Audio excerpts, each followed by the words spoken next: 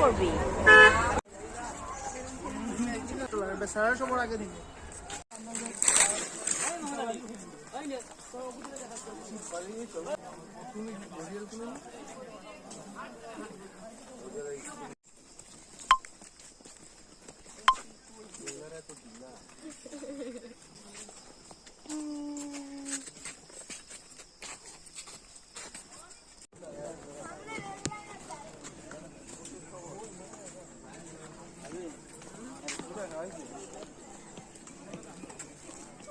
মেয়েদের মুলি ব্যস্ত যাই বাঁশ করলাম